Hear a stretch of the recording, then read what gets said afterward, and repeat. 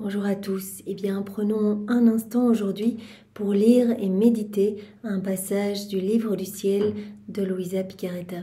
Au nom du Père qui m'a créé, du Fils qui m'a sauvé et du Saint-Esprit qui me sanctifie. Amen. Jésus, je me plonge en toi, dans ton acte unique et éternel d'amour, dans ta divine volonté. Je m'unis à toi, je m'identifie à toi, je me consume en toi, je fonds ma volonté dans la tienne, je la fusionne dans la tienne et je t'appelle Jésus avec ta maman dans mon cœur pour que tu le nettoies, que tu t'en occupes, que tu le purifies, que tu l'embellisses, que tu le sanctifies, que tu l'ennoblisses, que tu y retires tout ce qui te déplaît, tout ce qui te blesse, tout ce qui t'offense, tout ce qui résulte de ma volonté propre, tout ce qui est ténèbres, Seigneur. Arrache toutes ces mauvaises herbes et crée cet espace nécessaire pour que ta divine volonté puisse avoir de la place, qu'elle puisse être souveraine en moi, qu'elle puisse être opérante et agissante à partir de mon humanité. Seigneur, je te fais l'offrande de tout ce que je suis, de mes émotions, de mes désirs, de mes pensées, de ma volonté. Je viens tout déposer par les mains immaculées de Marie au pied de ton trône. Et je te prie d'accepter ce sacrifice, cet holocauste d'amour. Je te prie de te servir de tout ce que je viens t'offrir comme marchepied, comme fondation pour établir ton royaume dans mon cœur et dans tous les cœurs, Seigneur. Je veux vraiment vivre dans ta divine volonté. Je crois que tu l'as compris, je te le demande tout le temps, tous les jours, le matin, tout au long de la journée. Je veux ce don de la vie dans la divine volonté, Seigneur. Alors aide-moi, puisque tout est grâce, Seigneur. Je te supplie de venir investir tous mes actes de ta présence, de me marquer complètement du sceau de ton divin fiat, que je puisse être un bon instrument entre tes mains, un petit instrument de paix, d'amour, de justice et de miséricorde. Viens mettre tes pas dans les miens, je veux couler tous mes regards dans les tiens, je veux me déverser en toi, je veux qu'il y ait cet échange de vie, je veux qu'il y ait cet échange de cœur, cet échange de volonté. Viens prolonger ta vie en moi, Seigneur. Je veux être pour toi comme un débordement de toi-même, une extension de ta propre humanité. Parle à travers ma bouche continuellement, Seigneur, viens respirer dans mon souffle, viens penser à travers mes pensées, viens dans chacun de mes petits mouvements. Viens dans mes battements de cœur. Je voudrais que tout ce que je vais faire, Seigneur, jusqu'à mon dernier souffle, et tout ce que j'ai fait, d'ailleurs on peut tout reprendre, soit comme une offrande éternelle d'amour pour ta gloire, comme un hymne de louange pour toi, Seigneur. Je voudrais continuellement t'offrir l'acte opposé aux offenses qui te sont faites, aux offenses qui sont faites à ta maman. Je voudrais continuellement t'offrir de la réparation et de l'amour au nom de tous. Que chacun de mes battements de cœur puisse te dire: Jésus, je t'aime, Jésus, tu es mon roi, tu es mon sauveur, tu es mon bien, tu es mon tout, je ne veux que toi. Jésus, tu es notre amour, nous t'adorons, nous te louons, nous te bénissons, nous te glorifions et nous te remercions au nom de tous. Que chacun de nos battements de cœur puisse te dire également, Jésus, que ta volonté soit faite, que ton royaume puisse descendre ici-bas sur la terre, que chaque battement de notre cœur puisse être enrichi de tous les actes d'amour de tous les hommes de tous les temps. Voilà, tous ces chapelets, ces dévotions, ces rosaires, ces sacrifices, ces jeûnes, ces martyrs, tout ce qui a pu être fait par amour pour toi, par amour pour ta maman. Nous reprenons tous ces actes d'amour du premier au dernier et nous les replongeons dans ta divine volonté pour les sanctifier et nous te les réoffrons continuellement à chacun de nos battements de cœur. Nous voulons également à chacun d'eux te recouvrir de l'amour de ton Père, de l'amour de l'Esprit Saint, de l'amour trinitaire. Nous voulons à chacun d'eux te réoffrir tous tes actes que tu as accomplis dans la divine volonté lors de ton passage sur la terre, c'est-à-dire pendant toute ta vie. Nous reprenons tous tes actes, nous y plaçons le je t'aime et nous te les réoffrons continuellement. Nous prenons également tous les actes de Maman Marie accomplis dans la divine volonté, tous ces soleils magnifiques, voilà tout ce qu'elle a fait à chacune des nanosecondes de son existence. Et vraiment, Seigneur, nous plaçons également notre amour sur ces actes et nous te les réoffrons. Et ce, à chacun de nos battements de cœur, mais également à chacun de nos battements de cils, chacune de nos respirations, de nos souffles, de nos paroles, de nos mouvements. On veut continuellement, t'apporter cet amour, Seigneur, au nom de tous. Nous voulons unir notre humanité à la tienne. Nous voulons unir notre humanité à ta divinité pour perdre le rien que nous sommes et vraiment être complètement dissous en toi, Seigneur. Nous voulons t'enclore, nous voulons que nos âmes soient des petits refuges d'amour pour t'accueillir, que tu puisses t'y sentir bien, que tu puisses t'y reposer, que tu puisses déposer tes peines, tes souffrances et tes amertumes. Nous voulons être des sources de consolation pour toi, Seigneur. Nous voulons être d'autres mamans pour toi, comme tu nous en as parlé hier. Alors vraiment, aide-nous à avancer sur ce chemin. Aide-nous à faire grandir cette vie divine en nous. Aide-nous à vivre en union avec toi, et ce continuellement.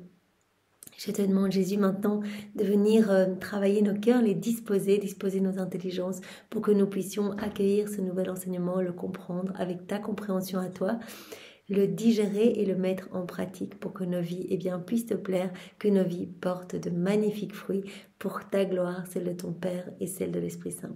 Jésus, je te demande maintenant de parler à travers ma bouche.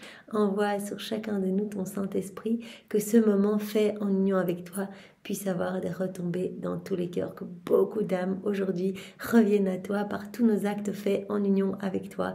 Vraiment qu'il puisse y avoir des grâces distribuées de sanctification, de conversion, de repentir, des grâces de sainteté, des âmes qui découvrent les écrits du ciel, qui s'essaient à leurs premiers actes. Voilà, nous savons que dès que nous nous unissons à toi, toi tu t'occupes de faire descendre le royaume de la divine volonté plus rapidement, non seulement dans notre cœur que tu dilates à chaque fois pour nous donner plus, mais également tu vas faire descendre sur la terre ton royaume, également donc dans tous les cœurs qui vont pouvoir découvrir, qui vont pouvoir se retourner vers toi, revenir à toi, Seigneur. C'est ce que nous souhaitons, que plus aucune âme ne se perde, et c'est ce que nous allons te demander jusqu'à notre dernier souffle, Seigneur. Aussi, nous entendons te donner maintenant par cet instant toute la gloire que tu aurais dû recevoir des hommes s'ils n'avaient pas connu le péché, s'ils n'avaient pas quitté ta divine volonté. Et nous voulons également te donner par ce moment toute la gloire que tu aurais dû recevoir des âmes réprouvées si elles n'avaient pas choisi délibérément de se détacher de toi, Seigneur, de te tourner le dos et d'aller se perdre. Voilà, nous voulons tout compenser, nous voulons t'aimer pour tous ceux qui ne t'aiment pas, et nous voulons te recouvrir également de l'amour de ta maman, de ses baisers, de ses caresses, puisque tu as dit à Louisa il y a quelques jours, dans un passage que nous avons médité, voilà Louisa, quand tu envoies des baisers... des baisers au Saint-Sacrement, et que vraiment tu unis tes baisers à ceux de ma maman, je reçois, tu remets en mouvement toutes ces fois où ma maman m'a pris dans les bras et m'a embrassée. Donc à chaque fois que nous faisons un acte, que nous y mettons une intention, quelque part nous remettons en mouvement, et cela glorifie parfaitement la Trinité, et cela amène une joie incroyable à la Trinité. Donc vraiment Jésus, nous voulons te recouvrir de l'amour de maman Marie, de ses bénédictions. Nous voulons te donner son cœur. Nous voulons vraiment nous greffer à son cœur et te l'offrir, Seigneur. Et nous voulons offrir ton cœur à Marie. Voilà, nous voulons vous recouvrir l'un l'autre de votre amour respectif. Et te dire merci Jésus, merci de nous l'avoir donnée, elle est si merveilleuse et nous l'aimons tant, c'est notre mère, notre reine, nous avons vraiment besoin d'elle, elle est à côté de nous à chaque instant, et vraiment elle veut tellement nous voir heureux, elle veut tellement que nous soyons tous remplis de divin, remplis de toi Seigneur, que nous soyons tous remplis de ton amour, propriétaire de tout ce que tu veux nous donner. Elle veut être notre reine, mais elle veut que nous soyons des âmes reines avec elle, elle veut tout nous partager, et donc elle nous aide, elle prie continuellement, elle demande dans ce murmure continuel, elle demande continuellement que s'établisse sur la terre ton royaume, pour que les hommes reprennent leur place d'enfants de lumière et soient vraiment libres, soient des enfants libres de Dieu, et soient détachés de ces chaînes avec lesquelles Satan les tient liés. Alors vraiment, nous te remercions pour ta maman qui vraiment nous prend dans son manteau céleste pour nous mettre à l'abri de toutes ces embûches du démon, et qui continuellement, avec une patience inlassable, nous ramène là où nous devons être, dans ton cœur, Seigneur, vraiment dans ton cœur brûlant d'amour.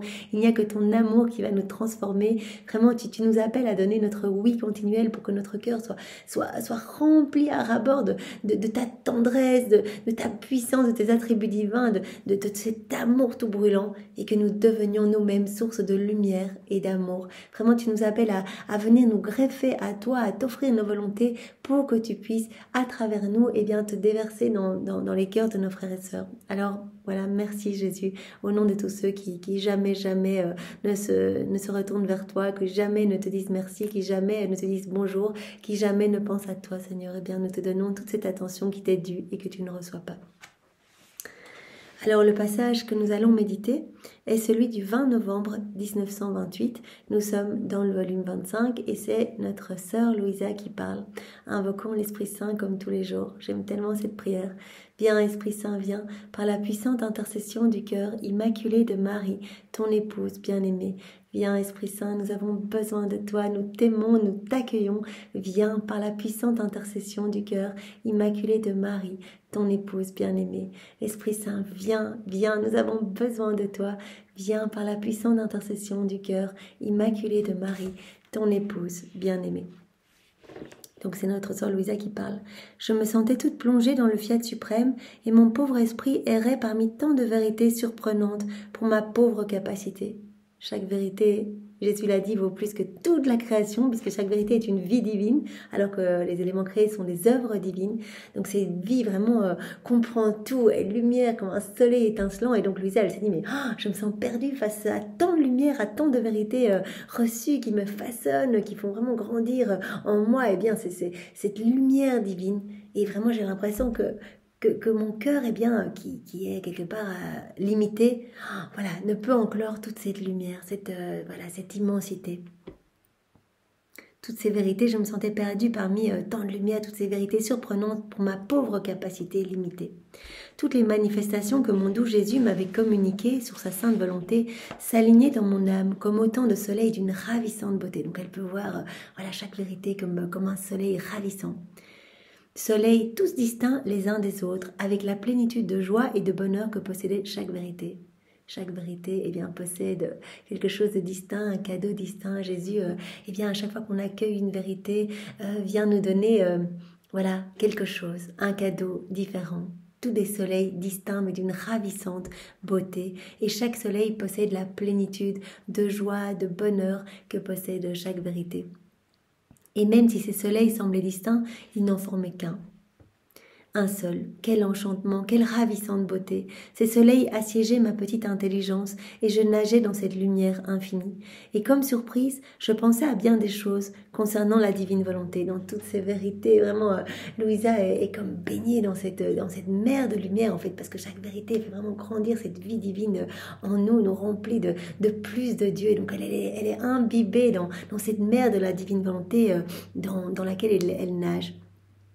Et mon toujours aimable Jésus, se manifestant en moi, me dit « Ma fille, très chère fille de ma volonté, celle qui est fille de ma volonté est en possession du jour éternel qui ne connaît pas de nuit. » Là, Jésus nous en avait parlé il y a quelques jours, rappelez-vous, il avait dit, le soleil, en fait, tous ses rayons sont rattachés à son centre, donc vraiment ce centre de lumière, il ne se détache pas du centre. Et donc, aussi bien que quand le soleil tourne, et la terre va connaître des moments d'obscurité, ce qui n'est pas le cas pour le soleil de la divine volonté. Bien sûr, chaque effet, en fait, chaque acte fait dans la divine volonté va être relié à son centre, donc il va y avoir plus de lumière en nous et cette lumière va être reliée à Dieu, en fait.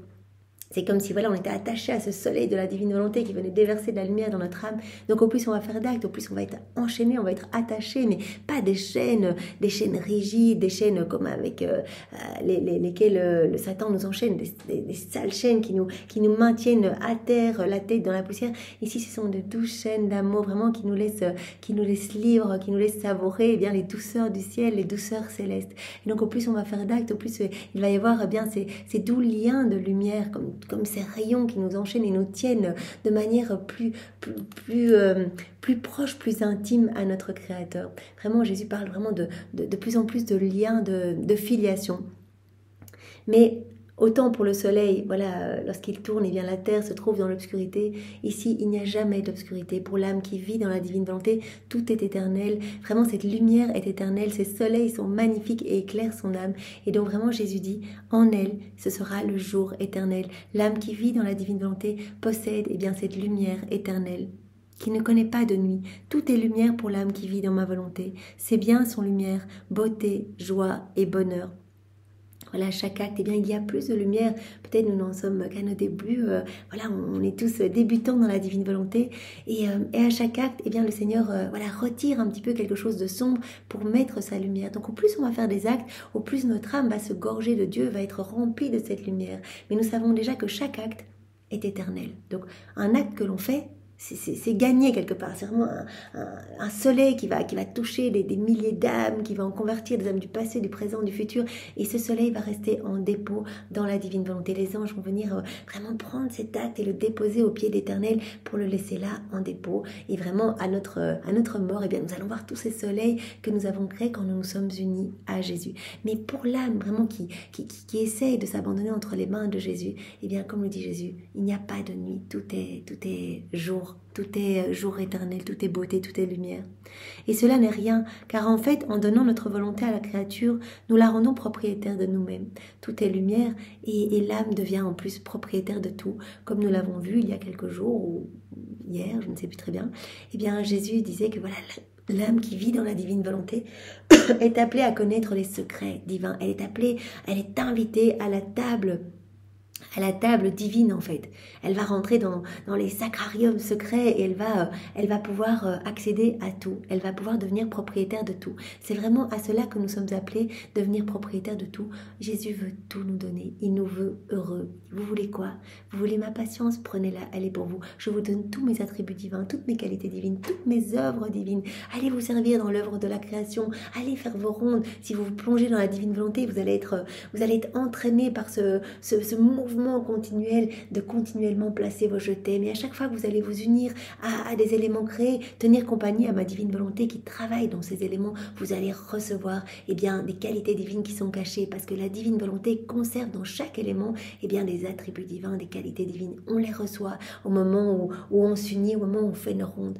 Allez, vous voulez quoi? Allez vous servir dans l'œuvre de la rédemption. Vous pouvez aller prendre les larmes de ma maman, me les offrir pour que vraiment descende sur la terre plus rapidement le royaume de la divine volonté, prendre toutes mes joies, tous ces moments d'amour avec ma maman, etc., avec mes apôtres, Marie-Madeleine, etc., m'offrir toutes ces joies. Tout vous appartient, vous prenez, vous ajoutez vos je t'aime, vous me réoffrez.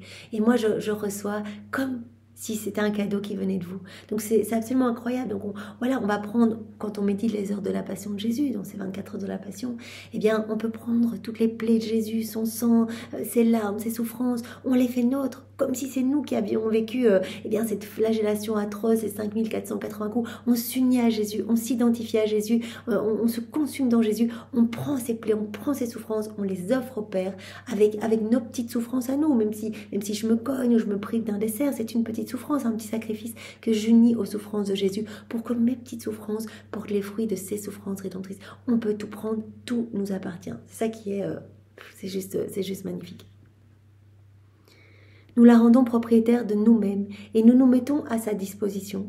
Nous la laissons faire et gagner ce qu'elle veut, parce que ce n'est pas une volonté humaine qui nous domine, mais notre propre volonté qui s'est déplacée dans la créature. Donc voilà, Jésus nous a parlé à de multiples reprises de cette évolution dans l'âme. Au départ, il va nous donner, on commence dans la divine volonté, il va nous donner le don de la prière pour que nous puissions nous rapprocher de lui dans la divine volonté. Et puis il va nous donner le don de plus d'amour. Il va vraiment venir nettoyer nos sens pour que nous voyions son amour partout dans la création, partout dans chaque élément créé, partout autour de nous, que nous y répondions. Donc vraiment nos sens vont être aiguisés quelque part pour voir l'amour de Dieu partout. Et puis après, il va nous donner le don de l'inséparabilité, où vraiment tout sera fait en union avec lui. On sera totalement inséparables. Au plus on fait d'actes, au plus il nous donne des grâces pour en faire facilement. Donc on commence, cela peut nous paraître difficile. Peut-être qu'au départ, on fait peut-être 5, 10 actes dans la journée. C'est-à-dire des moments où on appelle Jésus, on dit Jésus, voilà, je fais ma vaisselle dans ta divine volonté, je lis dans ta divine volonté, je marche, je parle, je dors, je bois, je vais conduire mes enfants, j'écoute cette personne, etc. Je travaille dans ta divine volonté. Peut-être qu'au début, on fait 5, 10 actes. Et puis petit à petit, Jésus nous donne de plus en plus de facilité. En fait, c'est lui qui vient s'inviter dans nos actions, parce que c'est normal, il y aura de plus en plus de divin dans notre âme et moins d'humain. Donc l'humain va perdre vraiment du terrain dans notre âme. C'est comme si notre volonté humaine était comme endormie, anesthésiée en fait. Elle est vraiment, elle devient inerte au profit de la divine volonté qui a de plus en plus de place. Donc vraiment, notre tempérament va changer, notre caractère va changer. On va vraiment devenir comme d'autres Jésus, petit à petit. Cela se fait petit à petit, mais je trouve que le Seigneur opère vraiment du grand travail dans nos cœurs. Et donc, en fait, il veut que nous soyons comme d'autres, lui. vraiment que nous soyons à son image et à sa ressemblance. Sa ressemblance se manifeste dans l'agir. Et donc petit à petit, eh bien, à force de mettre de la lumière en nous, plus des choses du ciel, eh bien, on va devenir comme lui, au point tel qu'à un moment, et ça je l'espère, vraiment je le demande tous les jours, il nous amènera à ce 4e niveau de vie dans la divine volonté où tout sera prière, tout bougera, on mangera, on parlera, voilà, tout sera continuellement dans la divine volonté. Pour le moment et au début, il nous prête sa volonté. Au début, il a peur un petit peu, voilà, il connaît nos inconstances, il connaît nos faiblesses, il a peur qu'on fasse dans la divine volonté. Imaginez si on avait complètement cette divine volonté à nous, un jour ce serait oui, le lendemain non, et finalement on bafouerait sa divine volonté qui souffrirait davantage. Donc il nous la prête à chaque acte. Et vraiment, et quand nous rechutons nos volontés propres, quelque part, voilà, il opère un travail de lumière dans notre cœur. À chaque fois, on casse un petit peu, on bousille un petit peu ce travail quand on retourne dans nos volontés propres. Mais la bonne nouvelle, c'est que tout ce que nous avons fait, eh bien, reste vraiment en dépôt dans la divine volonté. Et cela sauve des âmes, glorifie, etc., répare, apaise la justice divine. Donc au départ, il nous la prête. Et puis, à force de voir notre constance, c'est pour cela que Jésus insiste beaucoup sur la persévérance et la constance. À force de voir notre constance, notre persévérance, notre désir de vivre en union avec lui, eh bien, il finira par nous la donner et nous atteindrons ce 4e niveau de vie dans la divine volonté où on sera absolument propriétaire de tout, comme Jésus le dit, la créature qui vit complètement dans ma divine volonté, elle est propriétaire de tout, elle peut tout prendre, et où il y aura cette victoire continuelle de la créature sur son créateur. C'est pas une victoire humaine sur le divin, non, c'est Dieu en nous en fait, parce qu'on n'offre rien d'humain, on n'offre pas nos petites choses. Rappelons-nous, qu'est-ce que c'est faire un acte dans la divine volonté? C'est se plonger dans cette mer de lumière et mettre en mouvement cette lumière. C'est comme si voilà, on soufflait dans cette mer, on créait une vague, ou qu'on jetait des petits cailloux, cela crée une vague, ou qu'on s'y plongeait, cela crée une vague.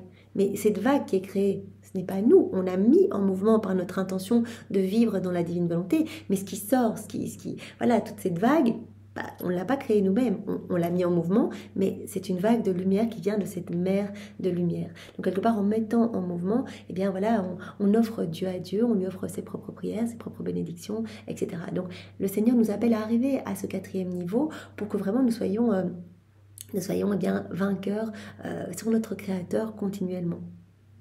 Ce n'est pas une volonté humaine qui va nous vaincre, ce n'est pas une volonté humaine qui nous domine, mais c'est notre propre volonté qui s'est déplacée dans la créature. C'est la victoire de la divine volonté sur Dieu en fait. C'est pas la victoire de notre volonté humaine où on a gagné, on a demandé quelque chose à Dieu, il ne peut rien nous refuser. Non, non. On doit mourir à nous-mêmes. Il ne faut plus qu'il y ait de volonté humaine en nous. Et c'est le travail de vraiment, à force d'actes, le Seigneur va nous faire complètement mourir. Il ne veut plus rien d'humain en nous. Donc c'est la victoire de la divine volonté sur son Créateur. Et par conséquent, ce qu'elle fait, dit et gagne n'est pas considéré par nous comme quelque chose d'extérieur à nous, mais comme notre propre chose. Voilà. Dieu voit en fait dans l'âme qui vit dans la divine volonté, au moment où on fait un acte dans la divine volonté, Dieu ne voit pas chacun de nous en train d'écrire, lire, manger, parler dans la divine volonté. Bah, Dieu voit son Fils, Dieu voit Jésus, Dieu voit toute cette lumière qui émane en fait.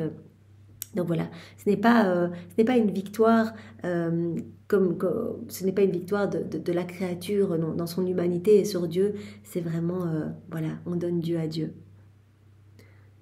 Ce qu'elle fait, dit et gagne n'est pas considéré par nous comme quelque chose d'extérieur à nous, mais comme notre propre chose. Et nous prenons plaisir à la laisser parler, faire et gagner, d'autant plus qu'elle nous gagne et que nous la gagnons. Voilà, il y a de plus en plus de Dieu en nous. C'est Dieu qui se plaît à enclore eh bien, son immensité, voilà, toute sa splendeur dans notre néant. Et c'est le néant qui s'élève en fait, qui s'élève et qui va se greffer dans le tout. C'est le rien qui s'élève et qui se greffe dans le tout, et c'est le tout qui se plaît à s'enclore dans le néant. Vous imaginez ? Dieu dans notre âme, et c'est une présence réelle, hein. C'est ça qui est incroyable. On fait un acte dans la divine volonté. Jésus dit, je prononce la parole de la consécration, je suis là, je suis avec mon Père, avec l'Esprit Saint, mon royaume, mon trône. Nous prenons des décisions à partir de votre âme, de la même façon que si nous les prenions à partir du ciel. Donc voilà qu'on doit décider par rapport à telle âme, à notre justice, l'exercice de notre justice, etc. C'est la même chose qu'on prenne notre décision à partir de l'âme qui nous accueille, qui vit dans la divine volonté, ou à partir du ciel. Donc c'est juste complètement incroyable. Par conséquent, en donnant notre volonté à la créature et celle-ci la recevant comme sa propre vie, nous commençons une compétition entre elle et nous. Jésus nous parle souvent de ce doux jeu d'amour, de cette compétition où l'âme va donner Dieu à Dieu continuellement. Elle va être vraiment prise dans cette danse d'amour, dans ce tourbillon d'amour. En fait, elle va être appelée à suivre tous les actes de la divine volonté. Elle va continuellement donner de l'amour, de la louange, de la réparation, comme le faisait Adam. Il n'était pas dans un état de supplication, malheureux, à errer par terre, à supplier pour une grâce. Non, il ne faisait que louer, que bénir, qu'aimer, que remercier. Il était en bonne santé, il était heureux. Vraiment, tout était à lui. Tout était à lui. Il avait la divine volonté. Et donc, qu'est-ce qui se passait? Eh bien, Dieu était touché. Dieu était blessé par tellement d'amour qui venait d'Adam. Et donc, Dieu ne pouvant jamais se laisser vaincre en amour, redoubler d'amour et redistribuer encore des torrents de grâce nouvelles, de nouvelles beautés, nouvelles saintetés, nouvelles puretés, etc. Et Adam qui recevait eh bien, tout ce que son âme ne pouvait enclore, son âme étant limitée, eh bien, repartait, tous les excès, voilà, tout ce qui débordait repartait en acte de louange, de bénédiction, d'amour pour son Créateur, qui redoublait encore. Donc il y avait ces 12 compétitions d'amour, vraiment ce flux et reflux d'amour entre l'homme, entre Adam et la Trinité en fait. Et c'est à ça que nous sommes appelés à être vraiment dans cette harmonie d'amour entre le ciel et la terre, à être vraiment dans ce jeu d'amour avec notre Créateur qui veut tout nous donner. Et Jésus qui nous veut tellement heureux, il nous le dit tout le temps, mais je vous veux tellement heureux. C'est pour ça que je vous invite à lire vraiment, si vous avez le temps, les écrits de Maria Valtorta, parce que c'est inimaginable comme on peut voir l'amour de Jésus. Voilà, je lisais ce matin, voilà, Jésus qui prenait Judas dans ses bras, donc il a sa 3e année, donc vraiment il s'approche du moment de la trahison et 3e année de prédication, et vraiment il sait très bien que Judas voilà, va déraper, mais il essaye, il le prend dans ses bras et vraiment il met sa joue tout contre la joue de Judas et dit s'il te plaît, parce que Judas avait demandé de partir à Jérusalem pour aller prévenir Marthe, Marie-Madeleine et Lazare, et Jésus dit mais tu es plus fragile, toi tu te laisses imbiber un petit peu par cette ville, par les grands qui y sont, etc. Reste, je vois que voilà ton âme est en train de changer, s'il te plaît Judas, si je dois, parce qu'il avait déjà annoncé sa passion à ses apôtres, si je dois vivre eh bien ma passion 2 fois juste pour toi, je le ferai, demande-moi, je ferai tout pour toi. Mais ne te perds pas. Donc on sent cet amour brûlant de Jésus pour chacun de nous, qui nous aime chacun autant que tous les autres réunis. Il veut que nos âmes soient sauvées. Voilà. Donc c'est tellement beau. Donc voilà, je vous invite à, voilà, si vous voulez vraiment ressentir cet amour brûlant à travers l'évangile tel qu'il m'a été révélé de Maria Valtorta, c'est tellement, tellement beau. Voilà.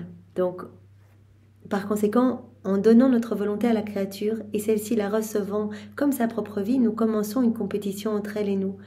Elle entre dans notre champ divin et en propriétaire, elle domine. Et nous prenons tant de plaisir à voir sa petitesse qui contient notre volonté éternelle, être dominatrice de nos biens et même de nous-mêmes. C'est vraiment un plaisir de Dieu de voir l'homme là où il doit être, quoi, complètement rendu, vraiment complètement rempli de divin et propriétaire de tout, heureux, pouvant donner à Dieu bien une gloire parfaite, etc. Que pouvons-nous refuser à notre volonté?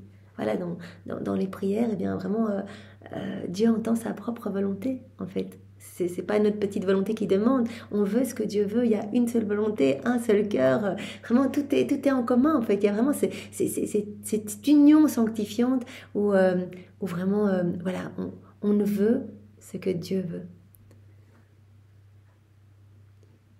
Que pouvons-nous refuser à notre volonté? Rien, au contraire. Nous prenons plaisir à sortir nos joies les plus intimes, nos secrets, nos éternelles béatitudes, de façon à ravir la petitesse de la créature en qui elle règne.